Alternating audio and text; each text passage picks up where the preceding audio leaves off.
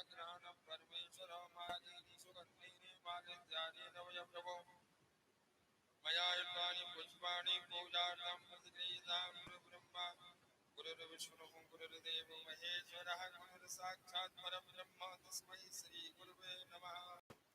अखण्डमण्डलाकारं व्याप्तं येन चराचरं तत्पदं दर्शितं यदग्गो सूर्यो अजायत श्रोत्राद्वाचक्षुर्मुखाद् निर्जायत।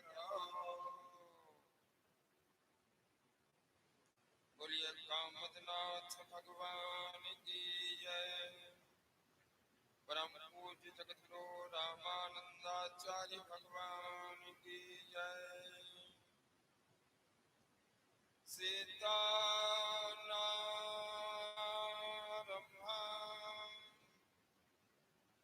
रामानन्दार्य मध्यमान्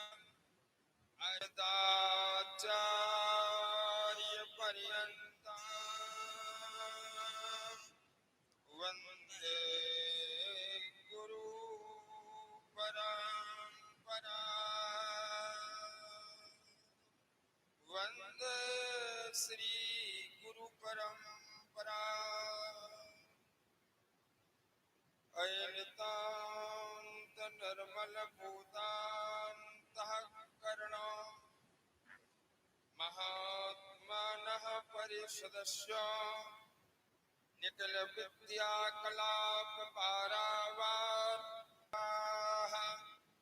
हिन्दो धर्मो धारकधर्याः विशिष्टाद्वैत सिद्धांत परिपालन तत्पराः सर्वे प्रपत्तेरधिकारिणो मताः इति भगवत् वाक्य प्रचार प्रसार संलग्नाः श्रीरामानन्दः मताधराः शास्त्राओढन तत्पराः अनन्तश्री विभूषित समलंकृतो पूज्यपादारविन्दाः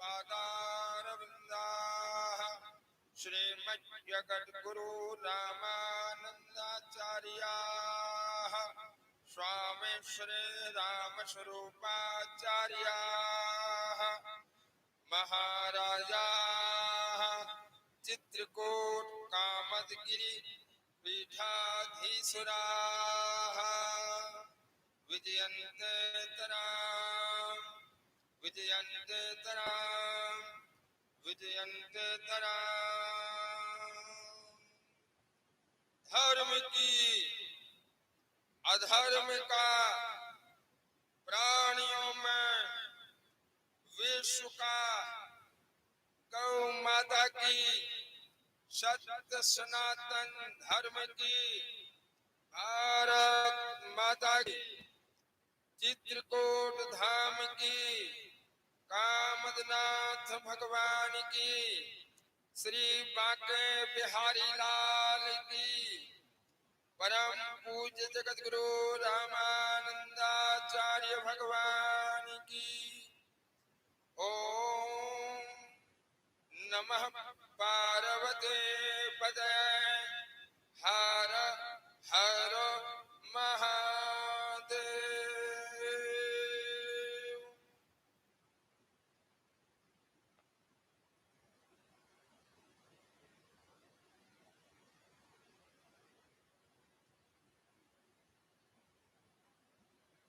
रामानंदा स्वयं भूतो राजभूतो महीतले। ये जो चरण पादुकाएं आप सबके समक्ष विराजमान हैं, ये स्वयं भगवान मर्यादा पुरुषोत्तम श्री राम जी की चरण पादुकाएं हैं। समस्त संत मुनिजन महापुरुष लोग जिनका अर्चन वंदन पूजन करते हैं, ऐसे आप परम पावन समय पर कथा के उपरांत और चरण भेंट करने हेतु कथा के बाद आप सब लोग अर्चन वंदन पूजन कर सकते हैं और चरण भेंट करेंगे। बोलिए कामदनाथ भगवान की।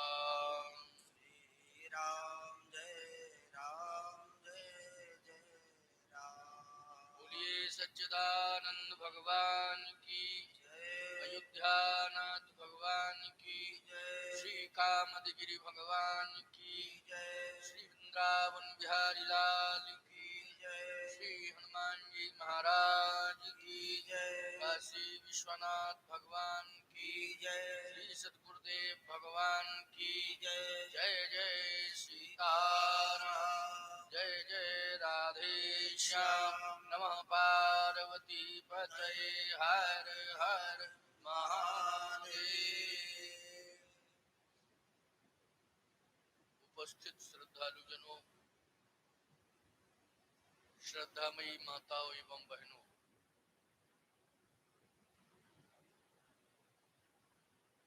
कल के प्रवचन में आप सबने श्री हनुमत चरित्र पर आधारित कथा श्रवण की।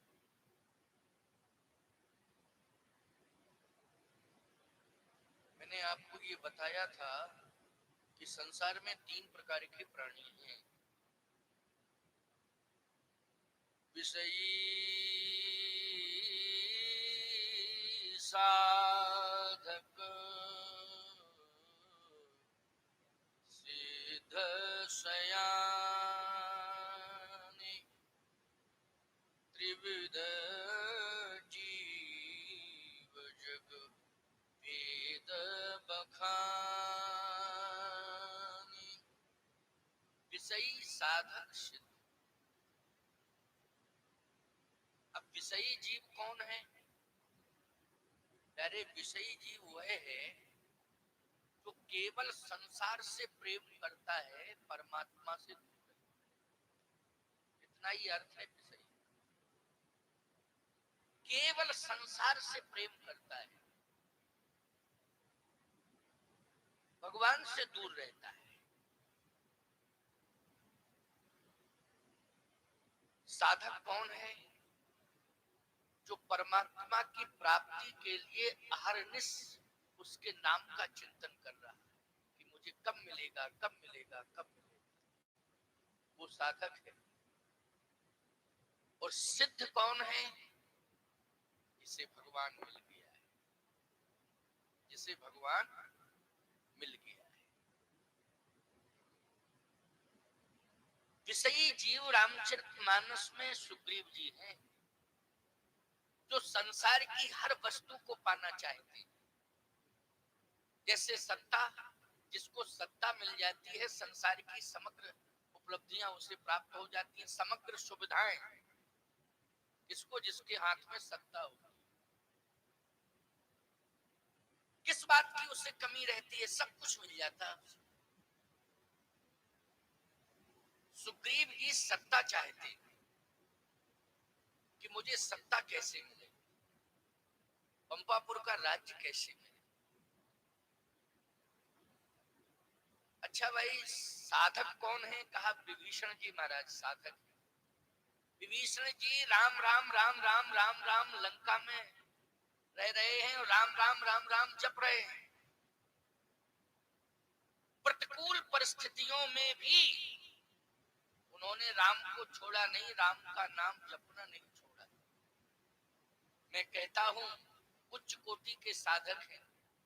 अगर आप किसी तीर्थ में जाकर साधना कर रहे हैं तो ये विशेषता नहीं है आपकी। अरे तीर्थ में तो अनुकूलताएं मिल ही जाएंगी। आप अच्छे लोगों के बीच में रहकर साधना कर रहे हैं तो ये कोई विशेषता नहीं है। अनुकूल वातावरण में आप साधना कर रहे हैं, ये सामान्य सी बात है, ये कोई विशेषता नहीं है। विशेषता ये वह है कि प्रतिकूल वातावरण में भी आप साधना की अनुकूलता बनाए हुए हैं। आप विशेष साधक हैं और आप निश्चित रूप से भगवान को पाना चाहते हैं, आपको भगवान जरूर मिले। इसलिए विभीषण जी महाराज साधक हैं। लेकिन सिद्ध कौन है? कहा सिद्ध वह है जिससे भगवान मिल गए, जिसने भगवान को प्राप्त कर लिया हो। और मैं कहता हूं संसार की वस्तु नहीं, संसार बनाने वाले को ही जिसने अपने हृदय में रख लिया हो, इस पर आधारित चर्चा कल प्रणवों पवन कुमार खलबन पावक ज्ञान गण जासु हृदय आगार बसई राम सर चापकर। लेकिन सुग्रीव को यदि हनुमान जी मिले तो गुरु कृपा से मिले, गुरु कृपा।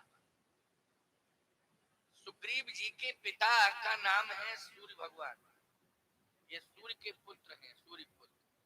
और हनुमान जी सूर्य भगवान से ज्ञानार्जन करने के लिए गए थे। तो सूर्य भगवान ने कहा कि मैं इतना प्रसन्न हो गया हूँ हनुमान तुम्हारी सेवा से और तुम्हारी मेधा से, तुम्हारे जैसा बुद्धिमान तो दुनिया में कोई है ही। अच्छा भाई, गुरु जिसकी मेधा से प्रसन्न हो जाए उसका कहना ही क्या।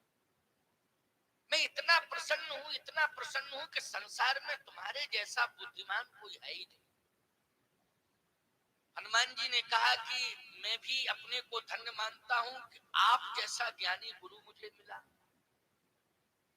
लेकिन मैं आपको प्रणाम करके ये कहना चाहता हूँ, निवेदन करना चाहता हूँ आपसे कि मैं आपके मन माफिक गुरु दक्षिणा देना चाहता हूँ। मन माफिक, आपके मन में क्या है? शिष्य अगर गुरु से ये पूछे कि हम वह दक्षिणा देना चाहते हैं जो आपके मन की दक्षिणा, मन की, आप क्या चाहते हैं? आपके मन के हिसाब से ही हम।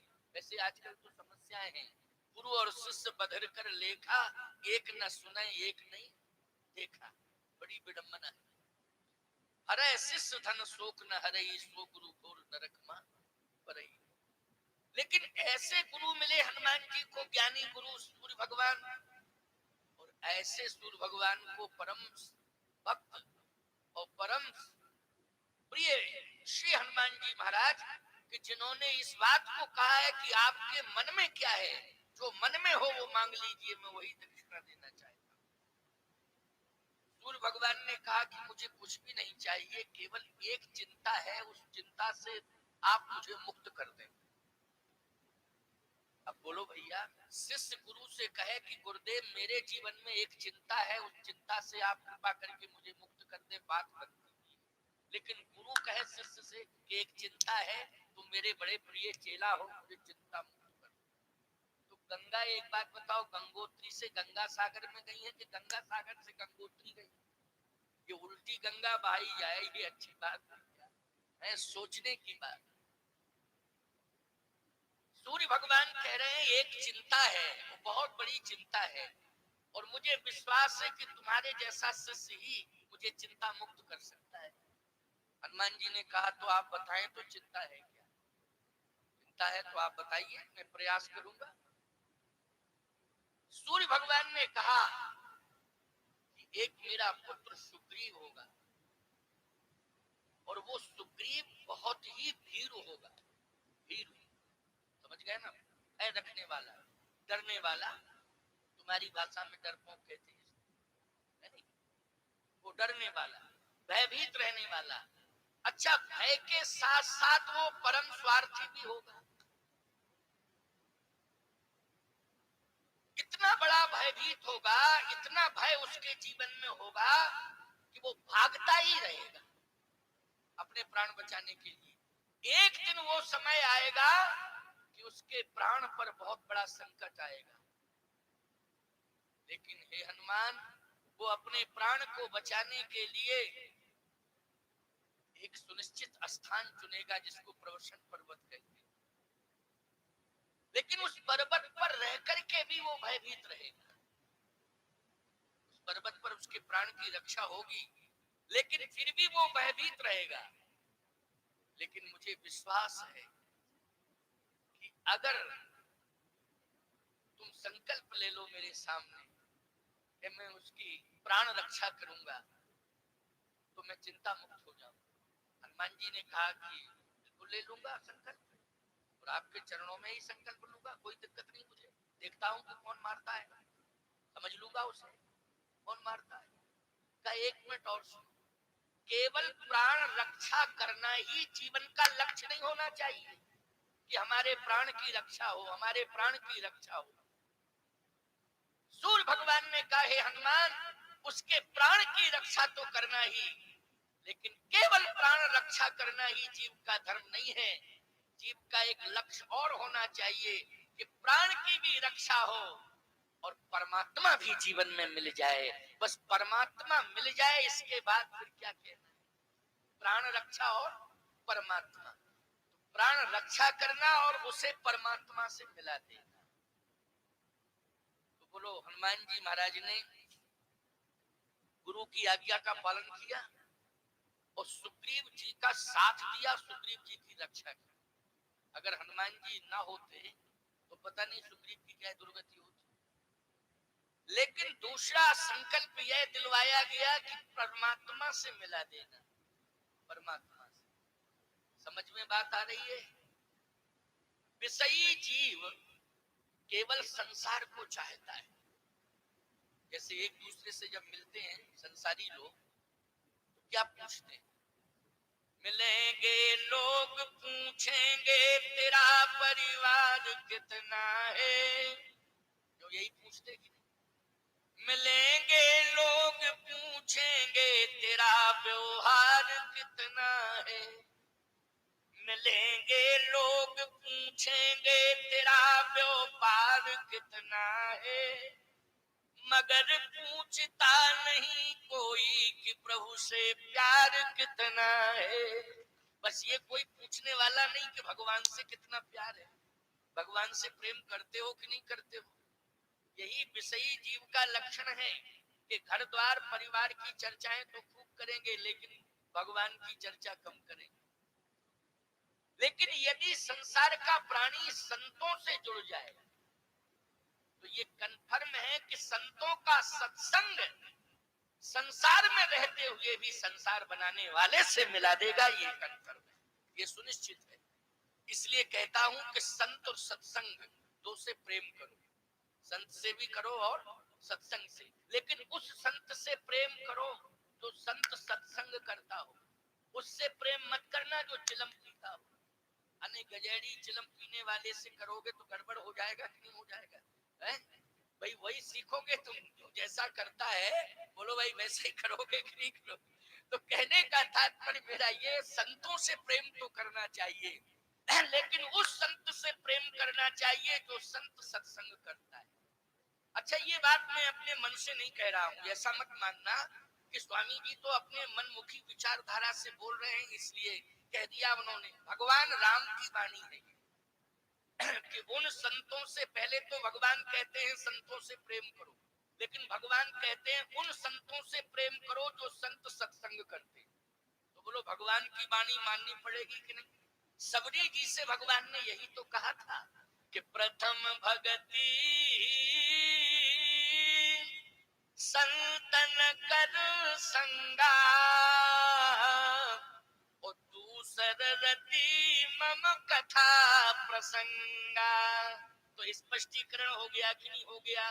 बोलो भाई, कि संतों से प्रेम करना ये पहली भक्ति है और उन संतों से प्रेम करना जिन संतों की वाणी से हमें सत्संग सुनने को मिलता है, ये दूसरी भक्ति है। दूसर रति मम कथा प्रसंगा। तो आज सुग्रीव को ऐसा संत मिला जो जय हनुमान ज्ञान गुण सागर, जो ज्ञान का सागर है, ऐसा गुरु, ऐसा संत मिला। गुरु तो सूर्य भगवान है, लेकिन ऐसा संत मिला जो ज्ञान का सागर है।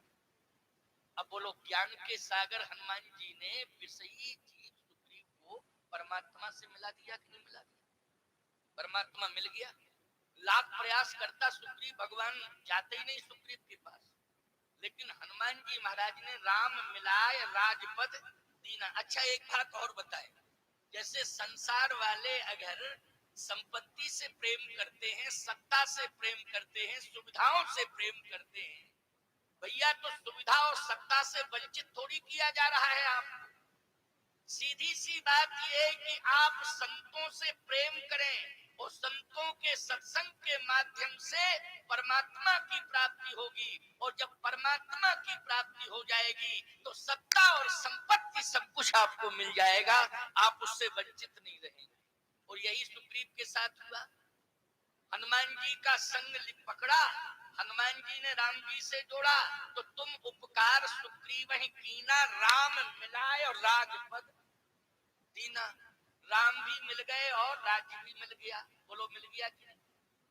अन्यथा मत लेना, एक बात कह रहा हूं आपसे, भारतीय जनता पार्टी ने किसका सहारा लिया? साधु संतों का। बोलो लिया कि नहीं लिया? साधु संतों का सहारा लिया, राम मंदिर का सहारा लिया।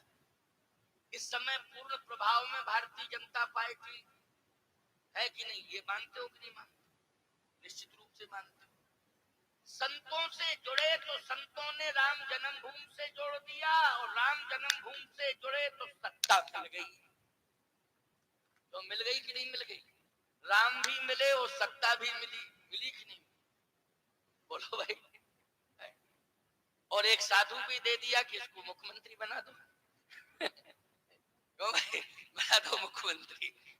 तो कहने का तात्पर्य मेरा ये है कि तुम उपकार सुग्रीव ही कीना, राम मिलाए राजपद दीना। राम भी मिल गए और राज्य भी मिल गया। ये सत्संग का प्रभाव है। इसलिए पहले राम को चाहो, बाद में राज्य को चाहो।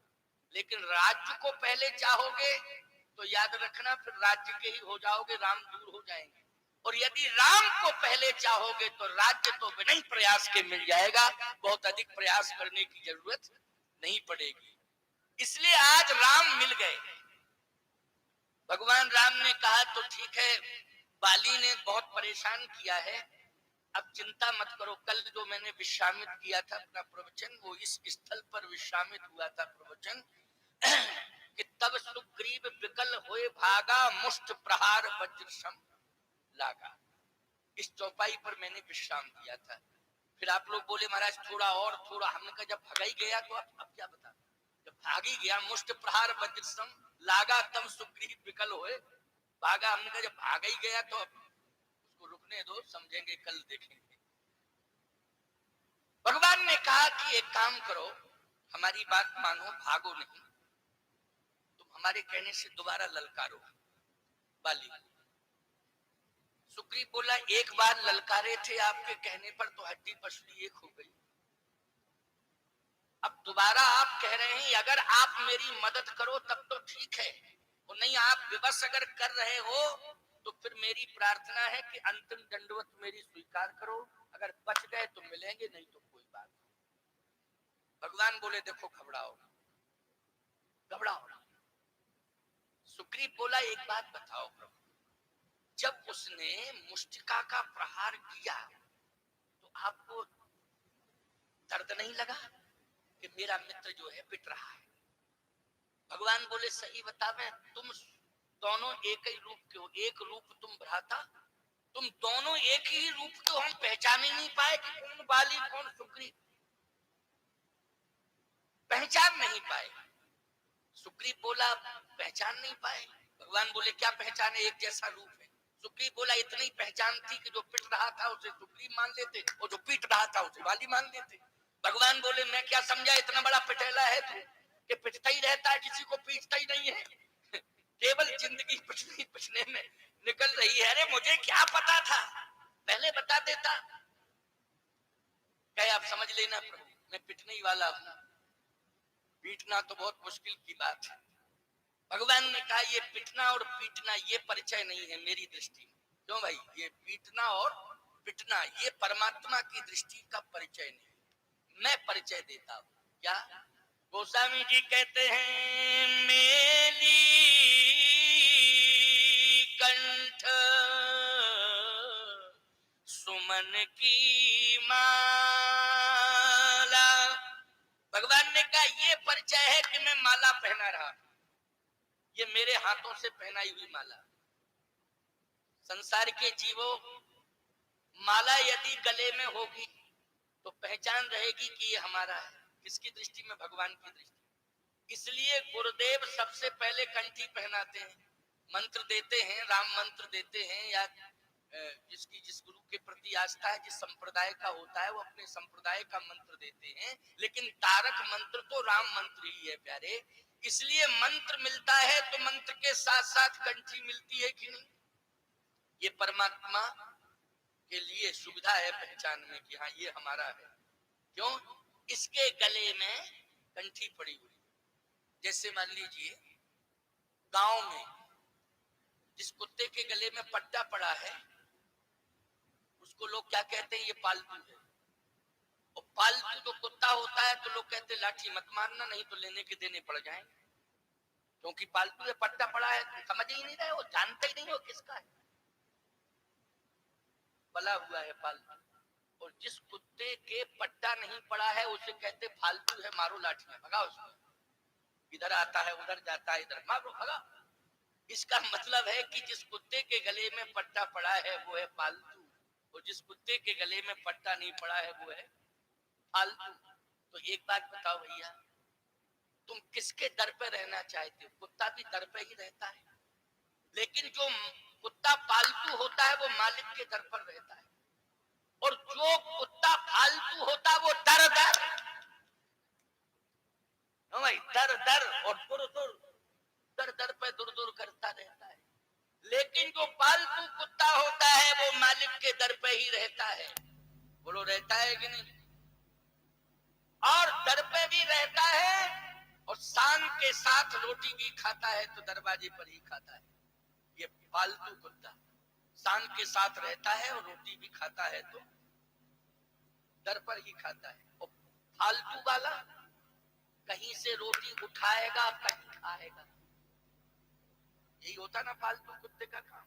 तो एक बात मैं कहना चाहता हूं, तुम भगवान के दर के हो, और भगवान के दर के तब होगे जब राम नाम का पट्टा तुम्हारे गले में पड़ा होगा। और जब राम नाम का पट्टा तुम्हारे गले में पड़ जाएगा तो याद रखना दर दर भटकना नहीं पड़ेगा, अपने ही दर पर शान के साथ तुम्हें रोटियां मिलेंगी, शान के साथ तुम रहोगे। क्योंकि अनन्यास्त्यंतो माम ये जनः पर्युपास्ते तेषां नित्याभियुक्तानां योगक्षेमम् वहाम्यहम्। फिर तो भगवान की जिम्मेवारी है, सब भगवान की जिम्मेवारी है। केवल तुम्हें अपनी वाणी से उसका नाम लेना है और उसकी प्रेरणा से अपने हाथों से हर काम करना है। किसकी प्रेरणा से करना है? परमात्मा की प्रेरणा से हर काम करना है। उर प्रेरक रघुवंश विभूषण, परमात्मा की प्रेरणा से जो काम किया जाता है प्यारे, वो काम अच्छा ही होता है, उसे सत्कर्म कहते हैं। क्या कहते हैं? सत्कर्म कहते हैं। लेकिन सत्कर्म उन्हीं के हाथों से होता है जो परमात्मा के होते हैं, और परमात्मा के वो होते हैं जो परमात्मा के नाम की कंठी डाले होते हैं, वही परमात्मा के होते हैं। इसलिए शिखा सूत्र कंठी ये जरूर होना चाहिए। कल मैंने बताया था ना कि शिखा के लिए कन्हैया कह रहे थे ना कि मैया ये हमारी चोटी बहुत छोटी है, कब बढ़ेगी। शिखा का वर्णन मैंने किया था कि गुरु गोविंद सिंह के दोनों बेटे शिखा की रक्षा के लिए ही तो जिंदा दीवार में चुन गए। शिखा का बहुत महत्व है। मैं एक बात कहता हूँ, ये शिखा जितनी लंबी होगी उतना ही फायदे में रहोगे। आप कहो कैसे? टेलीविजन में पिक्चर जो देखते हो ना वो साफ तब दिखाई देती जब एंटीना बहुत अच्छा होता है। क्यों भाई? एंटीना बढ़िया हो तो क्यों, तो एकदम साफ साफ फिल्म दिखाई देती है। और यदि एंटीना गड़बड़ हो गया तो धुंधली फिल्म आती कि नहीं आती? फिर कहते हो यार बात क्या है, ये धुंधलापन क्यों नहीं मिट रहा? बोले एंटीना गड़बड़ हो गया। याद रखना, अगर चोटी रूपी एंटीना बढ़िया है तो परमात्मा की फिल्म तुम्हारे हृदय में साफ साफ चलेगी, और यदि एंटीना तुमने साफ करा दिया तो परमात्मा का कभी दर्शन हो ही नहीं सकता है। सदा जिंदगी में धुंधलापन रहेगा, चाहे कितनी कोशिश करते रहना, जिंदगी में धुंधलापन ही रहेगा, सफलता नहीं मिल सकती। प्यारे, परमात्मा का अगर दर्शन करना है तो शिखा सूत्र से प्यार करो, कंठी जरूर पहना करो। हिंदू हो तो मस्तक पे तिलक लगाया करो, हिंदू हो तो जरूर ही चोटी रखा करो, हिंदू हो तो कंठी जरूर पहना करो। बोलो पहनना चाहिए कि नहीं? नहीं तो खाली हिंदू लिखने से मतलब क्या है? मैं एक बात कहता हूं, एक मुसलमान ऐसा हुआ जिसने अपनी वाणी से कहा वाह लखटी और कामरिया पे राज तिहुपुर को तजदार। बोलो ये मुसलमान है, ये भगवान से कह रहा है वाह लखटी और कामरिया पर राज तिहुपुर को तजदारों। ऐसा है कि आपकी वो छड़ी और काली कमली, इस पर तीनों लोगों का राज निछावर कर दूं और अपने प्राण भी निछावर कर दूं। बोलो कितना समर्पण है। मैं कहता हूं तुम तो हिंदू हो, कम से कम इस बात पर विचार करना चाहिए। तो संत सदगुरु की शरण में जाओ और संत सदगुरु के माध्यम से परम तत्व की प्राप्ति करो। और जब परम तत्व परमात्म तत्व की प्राप्ति तुम्हें हो जाएगी तो संसार के जितने भी साधन हैं वो सब आगे पीछे अपने आप आते जाते रहेंगे। समझ गए हो कि नहीं? जैसे हम घर से कुछ लेके नहीं आए थे, उदाहरण दे रहे हैं, कुछ भी लेके, माता पिता से तो मैंने एक छदाम नहीं आए कुछ लेके, ऐसे ही निकल पड़े थे। घर में संपन्नता भी थी, छोटे मोटे जमींदारी का घर था हमारा, छोटा पूरा गांव का जमींदारी घर, तो संपन्नता थी। लेकिन फिर भी लगन लगी थी भगवान से, तो माता पिता, धन दौलत, जमीन जायदाद, और उस समय बहुत ज्यादा ज्ञान भी नहीं था, लेकिन परमात्मा का ध्यान था। क्योंकि 10 वर्ष की आयु में, 9-10 वर्ष की आयु थी जब घर छोड़ा, तो उस समय ज्ञान नहीं था, लेकिन परमात्मा का ध्यान था। परमात्मा का ध्यान था, संपत्ति के प्रति आकर्षण नहीं था। माता पिता के प्रति श्रद्धा तो थी लेकिन मोह नहीं था। समझ गए? श्रद्धा तो थी, आज भी श्रद्धा, पहले भी श्रद्धा, और जब तक जीवन रहेगा तब तक माँ बाप भले ही दुनिया से चले जाएं, लेकिन श्रद्धा तो रहेगी। गुरु चले गए हमारे, श्रद्धा तो है आज भी, और रहेगी श्रद्धा की नहीं श्रद्धा, लेकिन मोह नहीं था। श्रद्धा है, संपत्ति के प्रति कोई आकर्षण नहीं था, ज्ञान भी नहीं था, लेकिन परमात्मा का ध्यान था। सब कुछ छोड़ करके आए, परमात्मा ने उस स्थिति पर पहुंचा दिया, जितने भी संसार के सुख संसाधन हैं वो सब आगे पीछे चल, बिना ही प्रयास नहीं करना पड़ता। बोलो भाई, करना पड़ता प्रयास? बिना ही प्रयास के, सत्य बोल रहा हूं, बिना ही प्रयास के लोग लाइन लगाए हुए हैं, महाराज जी ये व्यवस्था, महाराज जी ये व्यवस्था, महाराज जी ये व्यवस्था। हम कहते हैं व्यवस्था दे रहे हो, आस्था क्या है तुम्हारी? पहली व्यवस्था ही व्यवस्था, बोले आस्था। तो हम एक ही बात कहते हैं कि मुझे व्यवस्था कम दो, लेकिन परमात्मा के प्रति आस्था रखना, तुम्हें परमात्मा मिल जाएगा। तुम व्यवस्था देकर के मुझे प्रसन्न नहीं कर सकते हो, परमात्मा के प्रति आस्था रख के मुझे प्रसन्न कर सकते हो। बोलो सच्चा गुरु वही है कि नहीं, जो शिष्य से ये कहे कि परमात्मा के प्रति आस्था रखो, तब हम प्रसन्न रहेंगे। सावधान, ऐसा ज्ञानी गुरु मिला सूर्य भगवान जैसा श्री हनुमान जी को, कि आज सूर्य भगवान की बात याद आ गई और सुग्रीव को स्वीकार कर लिया, भगवान से मिला दिया। अब भगवान मिल गए तो सुग्रीव का कल्याण हो गया। लेकिन इतना सब होने के बाद भी एक कंडीशन आई, क्या? सुग्रीव को ये विश्वास नहीं है कि मैं बाली को मार सकता, वो ये भी विश्वास नहीं है कि मेरे प्राण की रक्षा हो सकती है। निश्चित है कि अगर जरा सी असावधानी हुई तो बाली इस बार निपटा देगा। भगवान ने कहा लेकिन मैं माला पहना रहा, और जैसे ही माला पहनाई तो सुग्रीव बोला ये माला का अर्थ क्या है? भगवान बोले माला का अर्थ है पहचान। अच्छा, ये माला पड़ी रहेगी तो आप पहचान लेंगे कि ये सुग्रीव, और जिसके गले में माला नहीं होगी भगवान बोले समझ लेंगे बाली है। अच्छा, जिसके गले में माला नहीं होती वो बाली होता है? बाली बिना माला का बाली तो है, बिना माला का बाली है। हम पटना गए एक बार कथा कहने, तो उस समय लालू मुख्यमंत्री थे, समय की बात बता रहे जब लालू, तो उस आयोजन में आए लालू प्रसाद जी। तो जैसे ही आए तो माला वाला तो कुछ थी नहीं, तो मैंने यही कहा, प्रवचन में कहा, नाम लेकर के नहीं, मैंने कहा कि जिसके गले में माला नहीं है वो बाली है, बाली है। तो लोगों ने कहा कि महाराज जी वो बाली है जिसके गले में माला नहीं। हमने कहा वो बाली है, भगवान के कहने से कह रहा हूं, अपने मन से नहीं कह रहा। तो मैंने कहा जीवन में अगर भगवान को पाना है तो कंठी स्वीकार करो, नमस्कार करो, शिखा सूत्र से प्यार करो। अब वो लालू प्रसाद सुन रहे थे, क्योंकि हम बोल रहे थे, सामने ही तो बैठे थे आयोजन में। तो जैसे ही हमने कहा कि जिसके गले में कंठी नहीं है वो बाली है, तो लालू ने हमारे सामने की बात है ऐसे हाथ डाला, ही नहीं, ऐसे ऐसे करके। इसका मतलब है कि एहसास हुआ होगा कि मेरे गले में कंठी नहीं है, माला नहीं, माला होनी चाहिए। सोने की लाकट पहनते हो एक तुलसी का मणका ही डाल दिया करो। भाई सोने की माला पहनो, हम ये नहीं कहते कि नहीं पहनना चाहिए, पहनना चाहिए, कहनी है, आपके पास व्यवस्था है पहनो, लेकिन उसी सोने की माला में, जंजीर में, चैन में एक तुलसी का मणका डाल। लेकिन तुलसी का मणका मनमुखी होकर के नहीं, गुरुमुखी होकर के धारण करना चाहिए प्यारे। इसलिए गुरुमुखी तो होना ही चाहिए। आज कितना बड़ा प्रभाव है कि भगवान के द्वारा माला पहनाई गई। सुग्रीव के गले में किसके द्वारा माला पहनाई गई? भगवान के द्वारा। जैसे ही माला पहनाई तो भगवान ने कहा कि अब जाओ।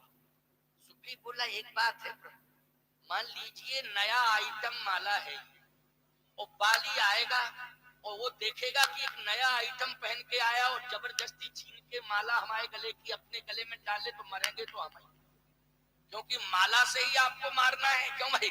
कंफर्म तो ये है कि जिसके गले में माला होगी वो सुग्रीव, और जिसके गले में माला नहीं होगी वो बाली, और जिसके गले में माला नहीं बाली तो हम मारेंगे। आप ही तो कह रहे हैं। और मान लीजिए उसने नया आइटम समझ करके माला को अपने गले में डाल दिया, तब क्या होगा? क्योंकि माला ही पहचान है, वैसे तो आप पहचान नहीं रहे। अगर पहचाने होते तो हम पिटते थोड़ी रहते, उसी समय आप रक्षा कर लेते। भगवान ने कहा सुग्रीव, बाली महाअभिमानी है, रावण अभिमानी है, लेकिन बाली महाअभिमानी है। अस कही चला महाअभिमानी,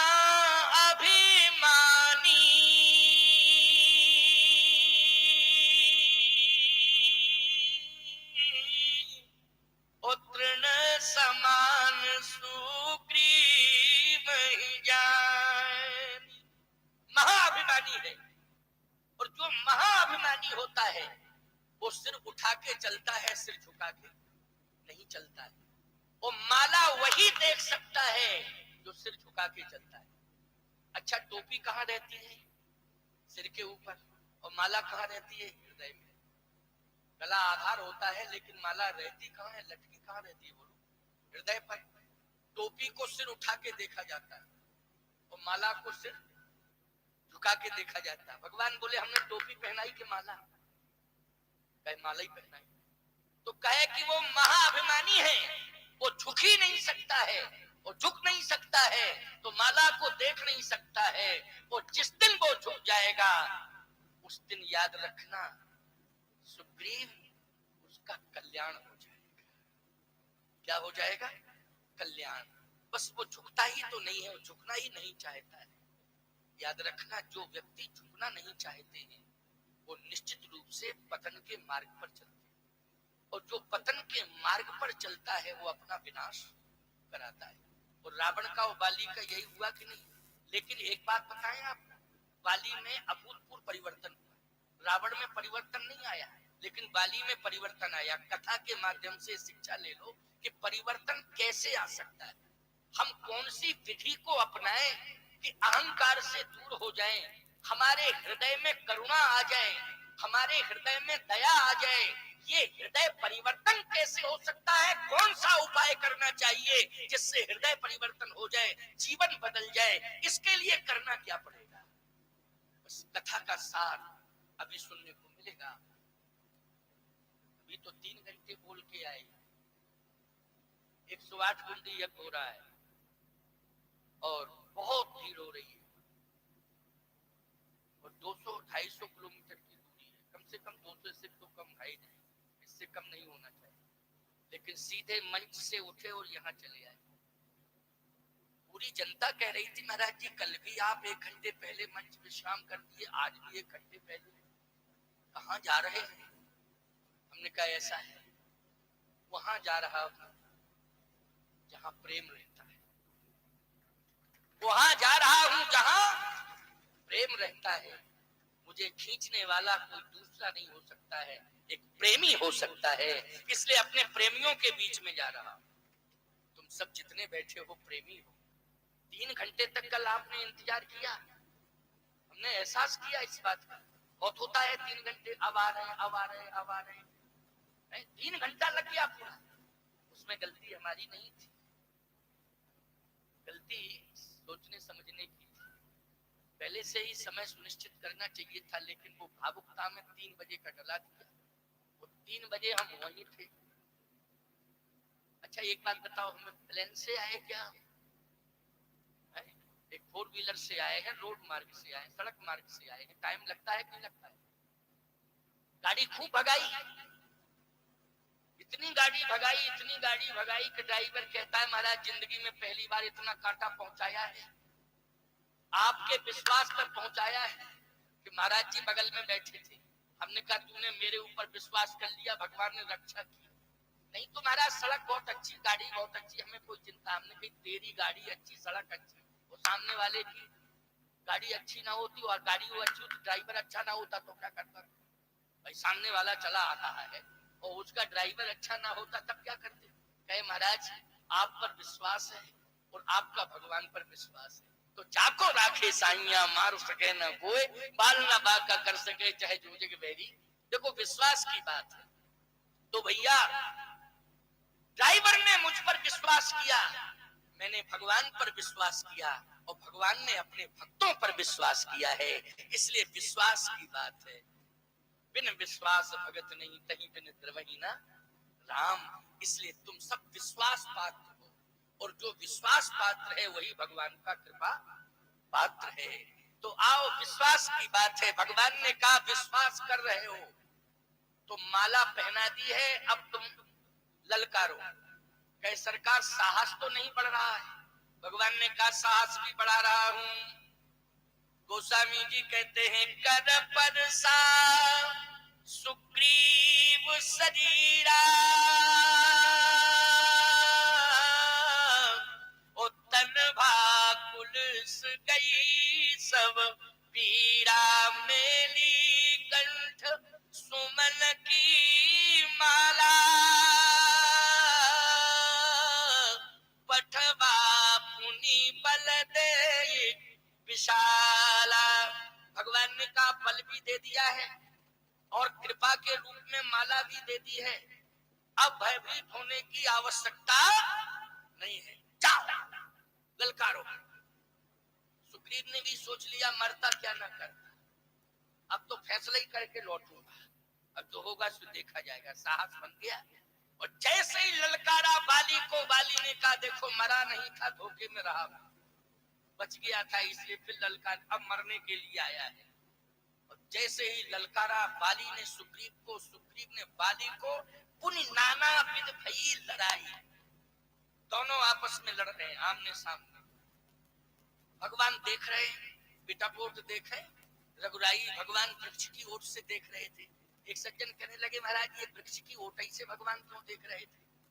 भगवान सामने जाके फ्रंट पे क्यों नहीं देख रहे थे? भगवान वृक्ष की ओट में क्यों देख रहे थे? फ्रंट पे जाके देखते। क्या बाली को वरदान था कि जो भी मेरे सामने आ जाएगा उसका आधा बल मुझ में आ जाएगा? भगवान भी यही सोच रहे थे। एक बात बताएं, ये अरदान वरदान दुनिया को मिल जाते हैं लेकिन भगवान पे लागू नहीं होते हैं, समझ रहे हो? किस पे? भगवान पे लागू। अच्छा एक बात बताओ, भगवान का बल खींच लेता बाली के, तो फिर भगवान क्यों नहीं गए? वृक्ष की ओर से क्यों देख रहे हैं? पूरे संसार का तमाशा परमात्मा प्रकृति की ओट में रह करके देखना। क्या तुम पाप कर रहे हो, क्या तुम पुण्य कर रहे हो? संसार के सामने प्रदर्शन में पुण्य करते हो, संसार की आंखों में धूल झोंक के पाप करते हो। बोलो यही हो रहा है दुनिया का कि नहीं? यही तमाशा चल रहा है। धर्म करना होता है तो प्रदर्शन करने लगते हो और पाप करना होता है तो छिप जाते हो पाप को छिपाने के लिए। लेकिन सावधान, परमात्मा तुम्हारा पुण्य भी देख रहा है, परमात्मा तुम्हारे पाप भी देख रहा है, लेकिन तुम परमात्मा को नहीं देख पा रहे हो। वो प्रकृति में सदा वास कर रहा है, इसलिए तुम्हारे पाप पुण्य सब कुछ देख रहा है। प्रकृति में परमात्मा का वास है, वृक्षों में भगवान का वास है, लता पत्राओं में भगवान का वास है, नदियों में भगवान का वास है, कहाँ नहीं है भगवान। इसलिए भगवान विटप ओट देखें रघुराई, प्रकृति की ओट में देख रहा है परमात्मा। भय भय का कोई भाव नहीं, ऐसा मत मानना कि भय भय का भाव है ना। माताएं भी बहुत ध्यान से सुन रही हैं, वैसे ये किसी की सुनती नहीं है, इनकी आदत है। तुम लोग भी परेशान हो, हमारे पास 80% आदमी आता है, वो एक ही बात कहता, महाराज और सब ठीक है लेकिन पत्नी हमारी बात नहीं मानती, तो हम क्या करें। बोले आप समझा दो। हमने कहा तुम कितने साल से रह रहे हो। बोले 30 साल से। हमने कहा 30 साल में जब तुम्हें नहीं समझ पाई और तुम्हारी नहीं मानती तो 2 ही दिन में हमारी मानने लगेगी। फालतू की बात करता है। फिर बोले महाराज उपाय क्या है। हमने कहा 30 रुपए का गीता प्रेस गोरखपुर का रामायण का गुटका आता है, उसको ला के दे दो और उससे कहो कि हम हाथ जोड़ के प्रार्थना कर रहे हैं, 2 दोहे या 4 दोहे 5 दोहे रोज पढ़ो और अर्थ सहित पढ़ो। हमने कहा समझ में आ जाएगा और बात मानने लगेगी, परिवर्तन आएगा। तो बोलो इससे बढ़िया उपाय और हो सकता है कुछ। हम घंटा 2 घंटा समझावे, 30 साल में तुम नहीं समझा पा रहे अपनी पत्नी को, हम घंटे 2 घंटे में समझाएंगे। लेकिन हमें विश्वास है कि रामचरितमानस नित्य अगर पढ़ा जाए तो केवल नारी ही नहीं, पुरुष ही नहीं, संसार में जितने अबाल वृद्ध नर नारी हैं सबकी समझ में आ जाएगा और सब समझ लेंगे, एक दूसरे का सम्मान करना सीख जाएंगे। ऐसा सरल है ग्रंथ रामचरितमानस, इसलिए सबसे सरल उपाय बता रहा हूं। बस रामायण के मर्म को समझने के लिए हमारी याद करते हो, रामायण के मर्म को समझने के लिए हमारी याद आती है प्यारे, इसलिए संत महात्माओं को बुलाया जाता है।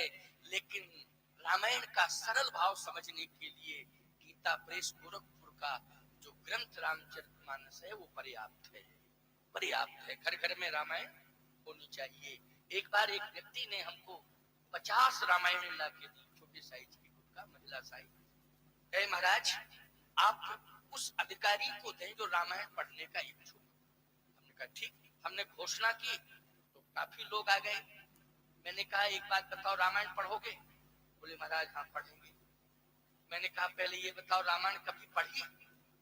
बोले नहीं पढ़ी। हमने कहा सुनी। बोले सुनी तो है। हमने कहा एक आध चौपाई सुनाओ। भाई सत्संग तुम सुनते रहते हो, पढ़ते नहीं, सुनते रहते हो, एक आध चौपाई याद होगी कि नहीं होगी। कोई ना कोई चौपाई जरूर याद होगी। बोले महाराज हाँ चौपाई तो याद है। उनका तो सुनाओ। बोला मंगल भवन मंगल हारी, सीता के विलाप सुन भारी। फालतू की बात करता है, कहीं का ईंट कहीं का रोड़ा, ने गुटवा जोड़ा। यही सीखा है क्या ऐसे रामायण दी जाए। बस चरण पकड़ लिए, कहे सरकार आप तो रामायण दे दो, प्रेम है हमारा, हम पढ़ के आपको सुनाएंगे। हमने रामायण दी, लेकिन एक बात हमने जरूर कही कि जिसे हम रामायण का गुटका पढ़ने को दे रहे हैं वो अपनी तरफ से गीता प्रेस की दुकान से खरीद के उसको पढ़ने के लिए, और फिर वो आपका मित्र अपने मित्र को दे, फिर वो मित्र मित्र के मित्र को दे। इस तरह से चैन परंपरा होना चाहिए। समझ गए हो कि नहीं। हम ऐसी रामायण कब तक बांटते रहेंगे। हाँ भाई लेकिन इस तरह से परंपरा होनी चाहिए। तो कुछ राज्यों में हमने इस प्रकार की घोषणा की तो वहां ये अभियान मेरा सफल हो रहा है। लेकिन आज वो बात एकाएक मेरे मन मस्तिष्क में आ गई तो मैंने इसलिए ये बात कह दी। तो इस परंपरा को थोड़ा तुम लोग भी चलाओ कि रामायण स्वयं पढ़ो और अपने मित्र को, यदि तुमसे वो जुड़ा हुआ है तो तुम भी उसको रामायण से जोड़ देना प्यारे, कि वो राम भले ही तुमको 30 रुपए का एक रामायण का गुटका खरीद के देना पड़े और वो आपका मित्र अपने मित्र को जोड़े रामायण से। इस तरह से रामायण से जुड़ने की जरूरत है। तो आज पुण्य नाना विध भई लड़ाई, विटप ओट देखें रघुराई। भगवान वृक्ष की ओट में देख रहे हैं। अच्छा सुग्रीव ने कहा कि अभी भी दिखाई नहीं दे रहे हैं, पता नहीं कहां चले गए। लेकिन सुग्रीव ने कहा कि अब भगेंगे नहीं, भले ही मर जाए, क्योंकि पठवा पुण्य बल दे विशाला बल मिल गया। गोस्वामी जी कहते बाली को क्रोध आया, और बाली ने दांत किटकिटाते हुए अपना हाथ ऊपर उठाया और जैसे ही हाथ उठा के सुग्रीव के मस्तक पर पटकना ही चाहता था, अगर सुग्रीव के मस्तक पर जोर से बाली अपना हाथ पटक देता ये मुक्का, तो बोलो मर जाता कि नहीं मर जाता, और मर नहीं जाता तो ब्रेन हेमरेज हो जाता और सालों साल कोमा में चला जाता, तब भी लाइफ बेकार थी कि नहीं थी बोलो। और जैसे ही देखा कि ये भुजा बलवती भुजा बाली की, आज ये मुक्का मेरे सिर पर गिरने वाला है, तो आंख बंद हो गई। बहु छल बल सुग्रीव करिहि हारा, भय मान, हृदय से हार गया कि अब ये मुक्का मेरे सिर पर आएगा, अब मैं बचूंगा नहीं, ये हारा भय मान। अब भगवान ने देखा कि हृदय से हार गया। हारे को हरि नाम, हारे को हरि नाम, याद रखना। सुनहरी मैंने निर्बल के बलराम, आप बल। आज आंखों में आंसू आ गए और कहने लगा कि अब मैं मर जाऊंगा। मैं तो कह के आया था कि मुझे बचाना हो तो बचा लेना, लेकिन मैं वापस लौटूंगा नहीं। जैसे ही मुक्का ऊपर था, देखा चिंतन कर रहा था, और भगवान ने उसी समय मारा बाली राम तब हृदय माज सरता। भगवान ने उसी समय बाण छोड़ दिया, जैसे ही बाण छूटा तो भगवान का बाण बाली के हृदय में लगा, और जैसे ही हृदय में लगा तो बाली गिर गया। अब सुग्रीव सोच रहा है कि मुक्का अभी तक नहीं आया, पता ही नहीं चल रहा है कि हुआ क्या। मरने वाला था लेकिन अभी तक आए, अब आंख बंद है। मरने वाले की आंख बंद हो जाती है, समझ गए हो? वो आंख बंद जब होती है तो पूरी जिंदगी की फिल्म घूमने लगती है, रील चलने लगती है। उस समय ये किया था अब मरे, उस समय सन में ये किया था अब मरे, उस समय ऐसा हुआ अब मरे। ये सारी रील बोलो सामने आ जाती है कि नहीं? और ये चिंतन करते करते ही व्यक्ति रोता है, वो चिंतन चिंता में बदल जाता है, फिर वो अपने कर्मों की याद करके रोता है। बोलो रोता है कि नहीं रोता है? अपने कर्मों की याद करके रोता है। सुग्रीव भी सोच रहा था कि अब मैं मरने वाला हूं, लेकिन पता नहीं वो मुक्का गया कहां, देखूं। और देखा तो बाली पड़ा था। सुग्रीव बोला वाह रे मेरे मुकद्दर, तूने दोबारा में भी बचा लिया, नहीं तो मैं मरने ही वाला था। क्या नसीब है, देखो तो गोल्डन चांस मिल गया, आज जिंदगी जीने का एक सुनहरा मौका मिल गया। वाह रे मुकद्दर। अरे भगवान बोले मुकद्दर देख रहा है कि बाली के हृदय में मेरा बाण लगा हुआ है, उसे देख रहा है। ये तेरा मुकद्दर बनाने वाला तो मैं हूं, तू क्यों ऐसा सोच रहा है? आजा मेरे पास। सुग्रीव बोला हा आपका बाण, अब समझ में आया। विकल पड़ा मैं सर के लागे, सर मानी बाण, भगवान का बाण लगा और विकल होके गिर गया। भगवान ने कहा आजा मेरे पास, अब सोचने की जरूरत नहीं। कहे सरकार थोड़ी थोड़ी सांस चल रही है, क्योंकि मैं देख रहा हूँ पास में, तो अभी मरा नहीं है। भगवान बोले मरा नहीं है तो मर जाएगा, तो मैं अब क्या लेना देना है, वो तो मरेगा ही मरेगा। कहे कंफर्म तो हो जाए कि मर गया, अगर मान लो बच गया तो कंफर्म है कि ये सुग्रीव तो बचेगा नहीं, इसलिए आप थोड़ा कंफर्म कर दो, यहीं आके कर दो कंफर्म। भगवान बोले एक बार बाण छोड़ता हूँ, बार बार नहीं छोड़ता। बार बार छोड़ने के लिए तो मैं रावण को ताक में रखे हूँ कि चाहे जितने बाण छोड़ना पड़े, लेकिन मैं छोड़ता ही रहूंगा जब तक मरे ना। अच्छा कभी कभी विडंबना होती है, रामलीला होती है ना। एक बार तो मुरादाबाद में रामलीला हो रही थी, रावण मरण की लीला चल रही थी। राम जी ने खूब बाण छोड़े, वो मरा ही नहीं, रावण मरा ही नहीं। और डायरेक्टर कहता है, डायरेक्शन दे करके डायरेक्टर कहता पर्दे के पीछे राम और चलाओ बाण। राम जी बोले खत्म हो गए बाण, मरा ही नहीं रहा तो मैं क्या करूं, जितने थे तूड़ी में सब चला दिए, लेकिन अब मर नहीं रहा तो मैं क्या करूं, उसको समझाइए ना। तो पर्दा तरफ रावण खड़ा था, वो दौड़ के गया डायरेक्टर और पर्दे के पीछे बोला रावण मरते क्यों नहीं हो, तुम फालतू का काम कर रहे हो, लीला पूरी फेल हो रही है, हजारों लोग बैठे हैं, तुम मर मर। रावण बोला पिछले साल का पेमेंट जब तक होगा नहीं तब तक मरूंगा नहीं, चाहे जितने बाण खुला दो लेकिन मरने वाला नहीं, पिछले साल का पूरा पूरा पेमेंट चाहिए। और केवल शब्दों से नहीं, हर बार वचन दे देते हो कि पेमेंट होगा पेमेंट होगा।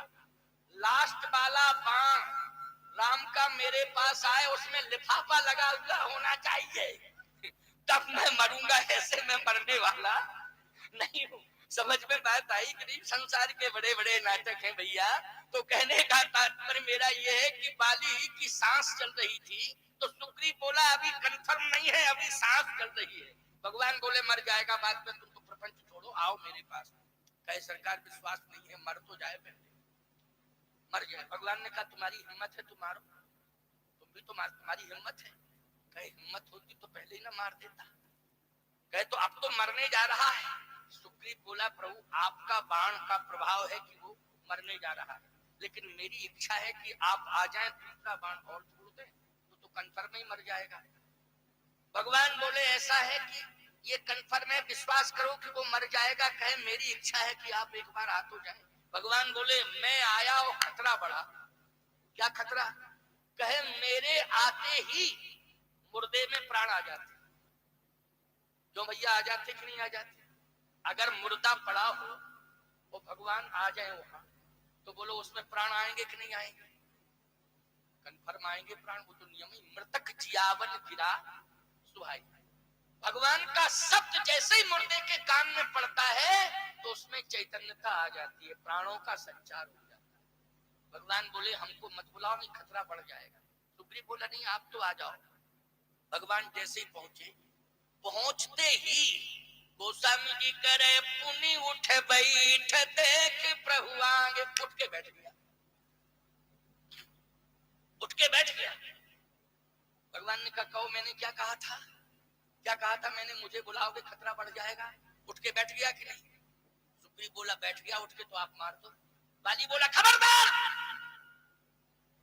पहले मेरे प्रश्नों का उत्तर दो। मरना तो सबको ही है, मुझे भी मरना है, संसार में जो आया है वो मरेगा, लेकिन मेरे प्रश्नों का उत्तर दो। सुग्रीव बोला बवाल बढ़ गया, आपकी बात मान लेते तो अच्छा ही रहता कि हम भी आपके पास पहुंच जाते, लेकिन हमने जिद करके बुला लिया, आपको बुला लिया। वास्तव में कहावत सही है कि आदमी मौत को बुलाता है। बोलो बुलाता है कि नहीं? सुग्रीव बोला हमने ही मौत को बुलाया है, क्योंकि अगर मैं प्रभु को नहीं बुलाता तो ये जिंदा नहीं होता, वो जिंदा नहीं होता तो निश्चित है कि मैं बच जाता, मरता नहीं। अब ये हमें छोड़ेगा नहीं, कंफर्म मारेगा। भगवान ने, सुग्रीव कांप रहा था, बाली भगवान को देख रहा था और रो भी रहा था। ये कह रहा था ये बताइए कि सुग्रीव आपका कौन है? भगवान बोले मित्र। बाली ने कहा मैं शत्रु। कौन सा मुझ में दोष देखा कि मुझे शत्रु मान लिया, और कौन सा सुग्रीव में गुण देखा जो उसे मित्र बना लिया? पहले इसके गुण बताओ और हमारे अवगुण बताओ। लक्ष्मण जी पीछे से दौड़े चले आए, कहे भैया प्रपंच में आपको पढ़ने नहीं चाहिए था, अब गुण और दोष बताओ। बाली ने कहा मैं आपसे ये पूछना चाहता हूं इस समय पंपापुर का राजा कौन है? भगवान ने कहा तुम हो पंपापुर के राजा। जिस समय आपने मेरे राज्य की सीमा में प्रवेश किया था उस समय राजा कौन था, सुग्रीव था कि बाली? भगवान ने कहा उस समय बाली तू ही राजा था, आज भी मैं राजा हूं।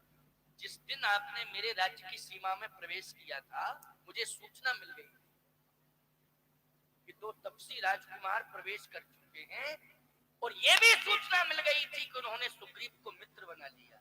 तो मैंने कहा कोई किसी को मित्र बनाता है, हमें क्या लेना देना भाई, जिसने मित्र बनाया हमारी उससे दुश्मनी है नहीं, और मित्र बना लिया, संसार सागर है, इसमें शत्रु मित्र बनते रहते हैं, मैंने ध्यान नहीं दिया। अगर मैं ये मानता कि मेरे शत्रु हैं ये, तो उसी समय में अपने राज्य की सीमा में प्रवेश नहीं करने देता, और यदि करते तो मेरा युद्ध होता।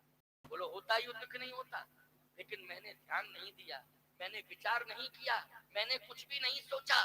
मैंने कहा कोई है आता जाता रहता, दोस्ती मित्रता होती रहती है, लेकिन आपने मुझे इस जिले पर पहुंचा दिया, इस अंजाम पर पहुंचा दिया। पहले मैं आपसे एक दूसरी बात कहा हूं कि हमारी आपकी कोई दुश्मनी है क्या? सीता हरण कांड में मेरी कोई सहमति है? राम जी ने कहा नहीं, सीता हरण कांड में तुम्हारी कोई सहमति नहीं। क्या मैंने अयोध्या के राज्य पर कभी आक्रमण किया? नहीं, अयोध्या राज्य पर आक्रमण नहीं किया। बाली ने कहा कि जब आप जनकपुर गए थे, शिव जी का धनुष रखा था, उसकी सूचना मेरे पास भी आई थी, लेकिन रावण पहुंचा था, बाणासुर को लेके पहुंचा, लेकिन बाली पहुंचा क्या? क्या बाली की भुजाओं में ताकत नहीं थी जो रावण को 6 महीने तक अपनी अंडर कस्टडी में रख सकता है? क्या वो धनुष नहीं तोड़ सकता था?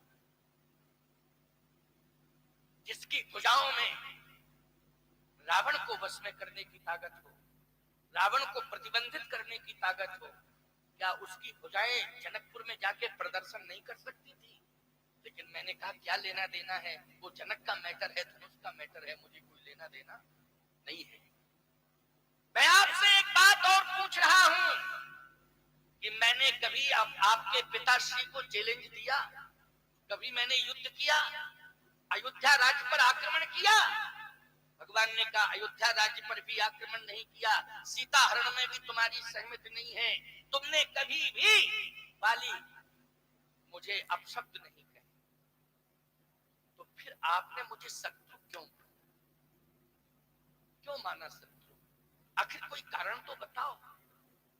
सुग्रीव का मेरा मैटर था, यदि आपने केवल मित्र मान करके मुझे मारा है तो इंसान में और भगवान में कोई अंतर नहीं रह जाएगा। बोलो भाई क्या अंतर रह जाएगा? क्योंकि इंसान मित्रता का संबंध निभाता है और वो मित्र के अनीतियों को भी स्वीकार कर लेता है, क्योंकि मेरा मित्र है, वो अच्छा करे बुरा करे, मेरा मित्र है, मेरा मित्र है। लोग यही तो कहते हैं कि देखो भैया, लोग कहते हैं आप प्रभावशाली हो लेकिन कितना अन्याय कर रहा है। अरे भैया मैं उससे नहीं कह सकता हूँ, मेरी उसकी दोस्ती है, फालतू की बात मत करो, अब तुम्हें जो दिखाई दो, लेकिन मुझे प्रपंच में मेरा मित्र है, वो खास मित्र है, मैं क्या कह दूं उससे वो मेरा मित्र है। ये इंसान की भाषा है, लेकिन परमात्मा, याद रखना, परमात्मा वो है कि यदि अन्याय रोम भी कर रहा है तो उसको भी सजा देने के लिए वो संकल्पित है। बोलो है कि नहीं? यदि रोम, शरीर के रोम के द्वारा भी अन्याय हो रहा है तो परमात्मा अपने शरीर के रोम को भी दंडित करने की हिम्मत रखता है। बोलो रखता है कि नहीं? वो कौन है? ईश्वर है, जो कभी भी अन्याय को बर्दाश्त ही नहीं कर सकता। लेकिन मैं ये नहीं समझ रहा हूं कि आपने आखिर मेरे साथ ये अन्याय क्यों किया। धर्म है तू अवतर गुसाई,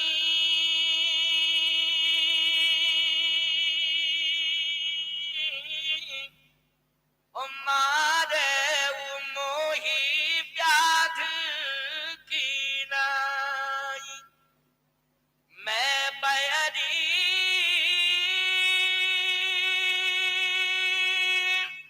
सुग्रीव प्यारा, कारण कवन नाथ मोहि मारा। कौन सा कारण है कि आपने मुझे मारा?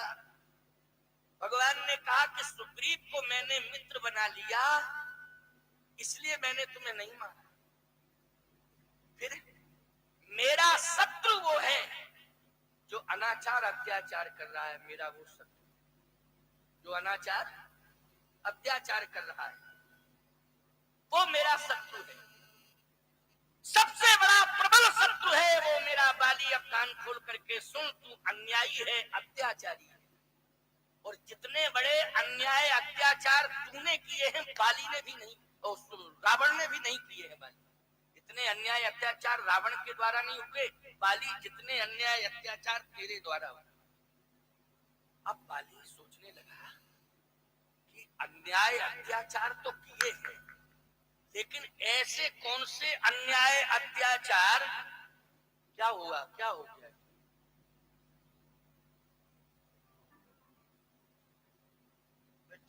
अच्छा प्रसाद तैयार कर रहे हो, आप करो करो, और भी उठा लो, नहीं फिर आओगे उठाने के, वहीं रखो, बार बार नहीं। सामने कोई कुछ लेने के लिए आता है तो दिक्कत हो जाती है, समस्या खड़ी हो जाती है।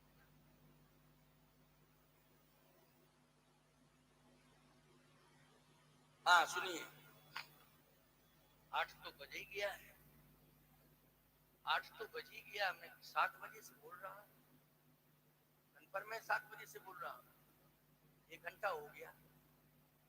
अच्छा, तुम लोगों को पता ही नहीं कि क्या घंटे हो गए? हाँ, तुम लोगों को पता, हमें तो पता है, क्यों नहीं चलेगा पता? ऐसा लग रहा है जैसे 2-4 बाल्टी पानी डाल दिया हो मेरे ऊपर। तो भाई, तो मुझे तो पता लगेगा ही लगेगा। गन्ने का रस पीते हो, ऐसा लगता है? बहुत अच्छा लगता है। गन्ने से पूछो जब रस निकलता है तो उसे कैसा लगता है? क्यों भाई? उससे पूछो जब रस निकलता है तो उसे कैसा लगता है? अच्छा, निकालने वाला भी बड़ा विचित्र होता है। एक बार डाला मशीन में, फिर दोहरा करके डालता, पर टहरा करके, उसमें कुछ रहने ही नहीं देता है।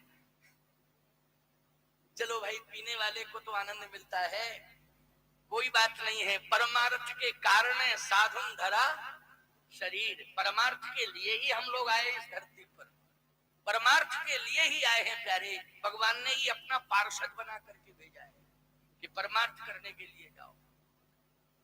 तुम सबका कल्याण कैसे हो, जैसे हो तैसे हो, भगवान की आज्ञा है, मुझे तो करना ही है। किसकी आज्ञा है?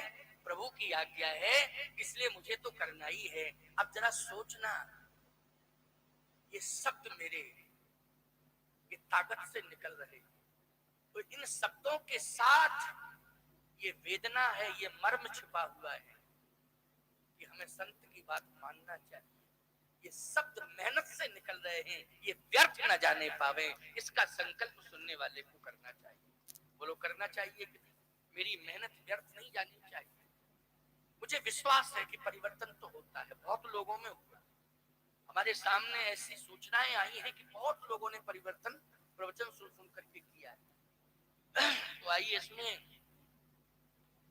भगवान ने कहा कि सुन, रावण अन्यायी अत्याचारी है, लेकिन तेरे जीवन में जितने अन्याय हुए हैं उतने अन्याय रावण के जीवन में नहीं।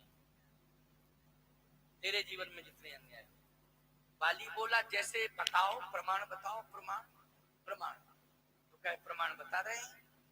देखो अन्याय, अनुज बधू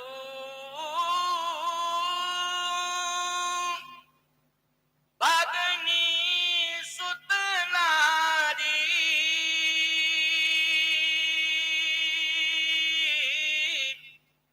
और सुन सठिए कन्या समुचारी, इनहि कुदृष्टि विलोकत जोई, ताहे बधे कछु पापन होई। इस चौपाई में बहुत बड़ा मर्म है, बहुत बड़ा रहस्य है, बहुत बड़ा मर्म है। भगवान कहते हैं 4 अपराध क्षम्य नहीं है, और ये अपराध सबसे प्रबल अपराध है।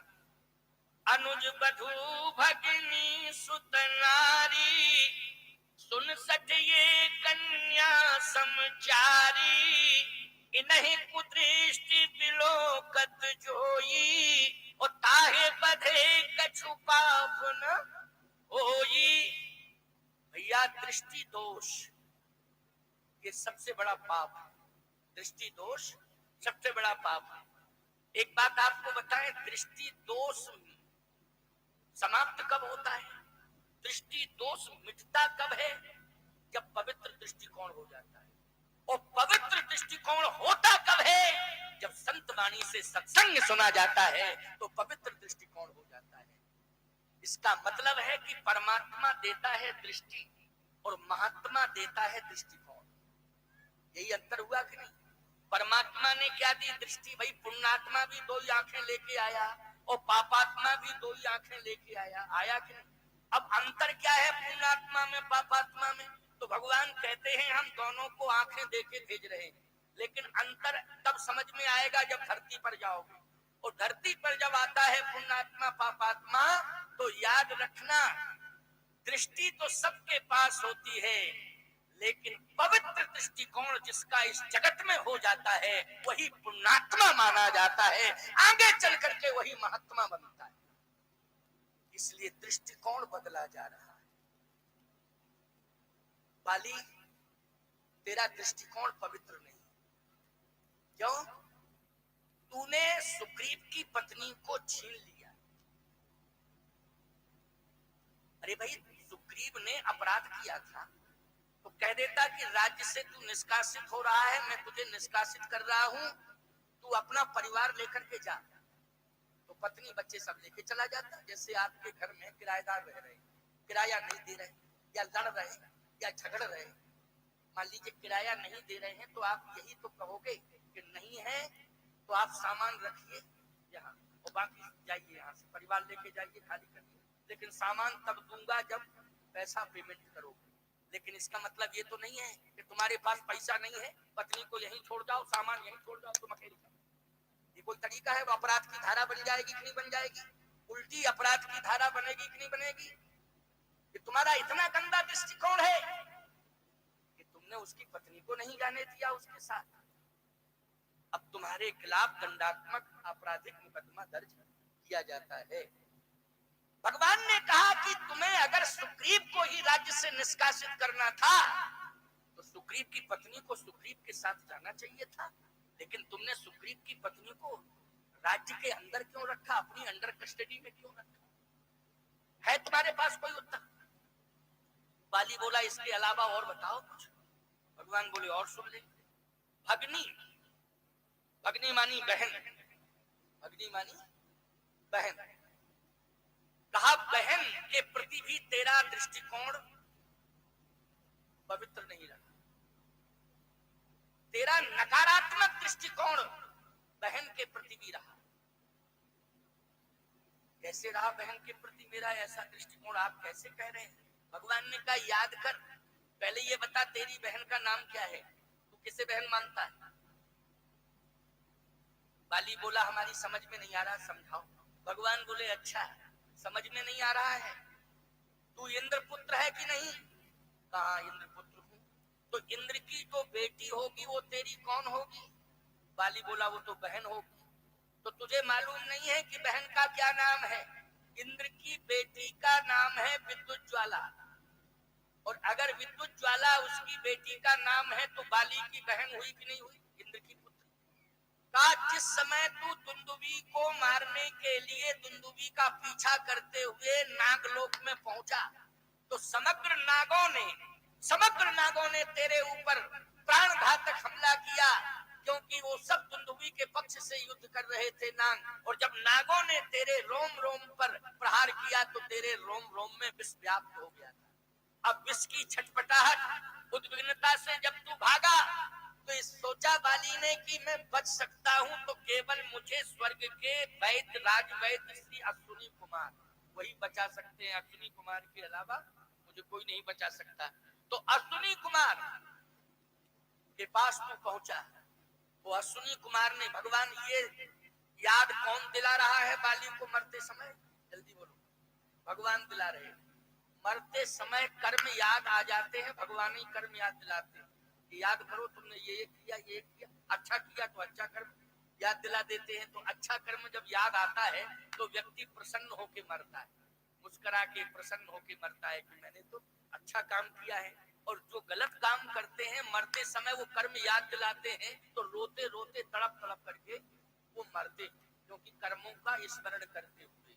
तो भगवान कर्म की याद दिला रहे कि तू मरने जा रहा है।